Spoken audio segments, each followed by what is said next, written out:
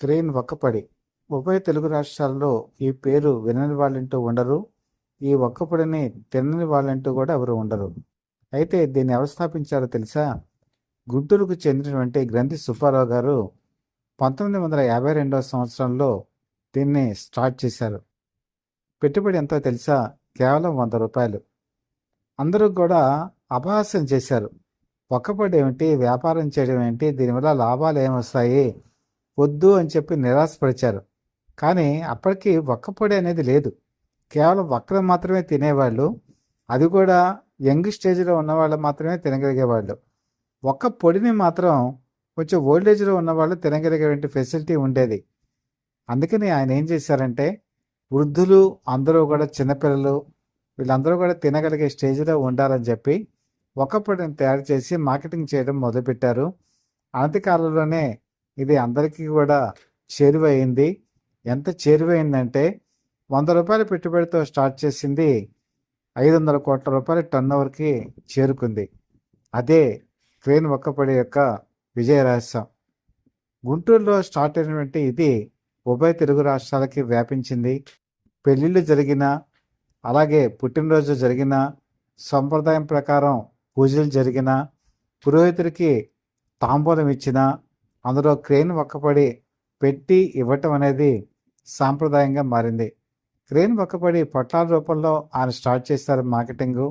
అలాగే ఇప్పుడు డబ్బాల రూపంలో కూడా ఇవ్వటం ప్రారంభించారు.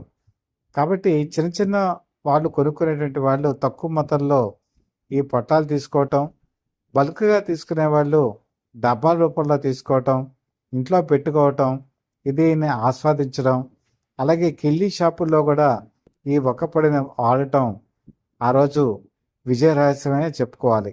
ఇందులో వాడే సుగంధ ద్రవ్యాలు, దాని పరిమళం, అలాగే దానికున్న ఆహ్లాదం, అలాగే నోట్లో ఉన్నటువంటి చక్కటి చిక్కదనం, ఇవన్నీ కూడా ఈ క్రేన్ ఒక్కపొడి పట్ల ఆకర్షితుని చేశాయి.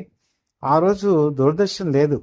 ఆల్ ఇండియా రేడియోలో క్రేన్ ఒక్కపొడి గురించి అడ్వర్టైజ్మెంట్స్ వచ్చేవి.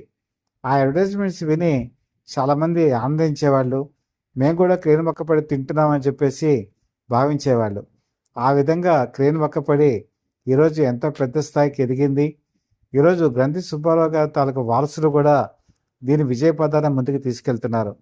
అంతేకాదు వాళ్ళ దుర్గా డైరీ అని చెప్పి స్థాపించారు.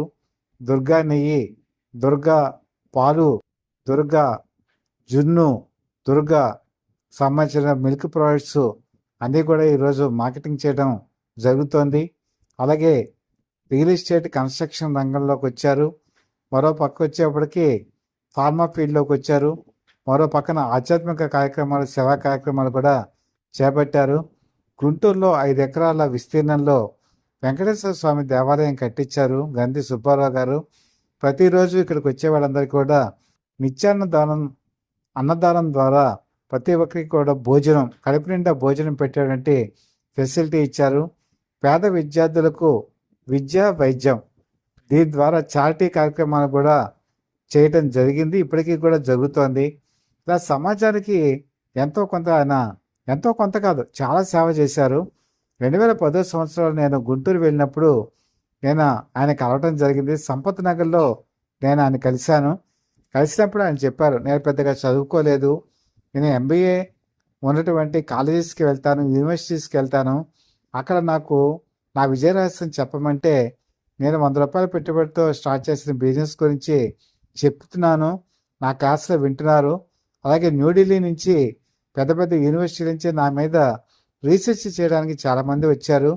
వాళ్ళు ఇంగ్లీష్లో మాట్లాడతారు, హిందీలో మాట్లాడతారు, నాకు తెలియదు. కానీ నేను నమ్ముకుంది మాత్రం నా కష్టాన్ని, నా శ్రమను, నాకున్న విజ్ఞతని అని చెప్పినప్పుడు నిజంగా నేను చాలా ఆశ్చర్యపోయాను. ఆయన తీసుకెళ్ళి చూపించారు. తన దగ్గర ఉన్న పనిచేస్తున్న వాళ్ళ ఒక్కపొడి తయారు చేసిన విధానం అంతా కూడా నాకు వివరించడం జరిగింది. అని ఒకటే మాట చెప్పారు, నా విజయ రహస్యం ఒకటే, నా దగ్గర పనిచేస్తున్న వాళ్ళు పని వాళ్ళ కింద నేను చూడను, నా కుటుంబ సభ్యుల్లా చూస్తాను. వాళ్ళ పెళ్ళిళ్ళు జరిగితే వాళ్ళ మంగళసూత్రాలు నేను తయారు చేయిస్తాను, వాళ్ళకి బట్టలు పెడతాను, వాళ్ళకి కుటుంబ ఖర్చులు ఇస్తాను. వాళ్ళకి మా కుటుంబంలో మా ఆడపడుచు పెళ్ళి జరిగితే ఎలా జరుగుతుందో వాళ్ళకి అలాగే నేను చేస్తాను. అంతేకాని నా దగ్గర పనివారు సొంతవారు అన్న భేదం అంటూ ఏమీ లేదు అని ఆయన చెప్పినప్పుడు నిజంగా నాకు చాలా ఆశ్చర్యం వేసింది. అదే ఆయన విజయరహస్యం అని కూడా నాకు అనిపించింది. ఏ యూనివర్సిటీలో ఏది నేర్పిస్తారో ఏంటో మనకు తెలియదు కానీ నిజ జీవితంలో కొన్ని పాఠాలు మనకి మనమే తెలుసుకొని ముందుకెళ్ళినాడు ఆ వ్యక్తి విజయ పదాన నిలబడతారు, విజేత అవుతారు. ఆ విజేత మరెవరో కాదు, గ్రంథి సుబ్బారావు గారు. ఆయన క్రేన్ మొక్కపడిని ఇంత స్థాయికి తీసుకెళ్ళి ఇప్పటికీ కూడా క్రేన్ మొక్కపడి అంటే అందరూ కూడా దాని మీద ఎంతో మక్కువ చూపిస్తారు. ఈరోజు సత్యవర్ధ పీపుల్ లైవ్ టీవీ ప్రేక్షకులకి ఈ క్రేన్ మొక్కపడిని అందించింది మన ఆంధ్రులు, అందులో గుంటూరు వాసి. ఇంత విజయపదాన్ని తీసుకెళ్లారని మీకు తెలియాలనే ఇదంతా కూడా మీకు చెప్తున్నాను. ఇది స్ఫూర్తిగా తీసుకొని మీరు ముందుకెళ్ళినాడు. మీరు కూడా మీ పదంలో, మీ విజయ పదంలో మీరు సక్సెస్ అవుతారని నమ్ముతూ నాకు అవకాశం ఇచ్చినందుకు ధన్యవాదాలు.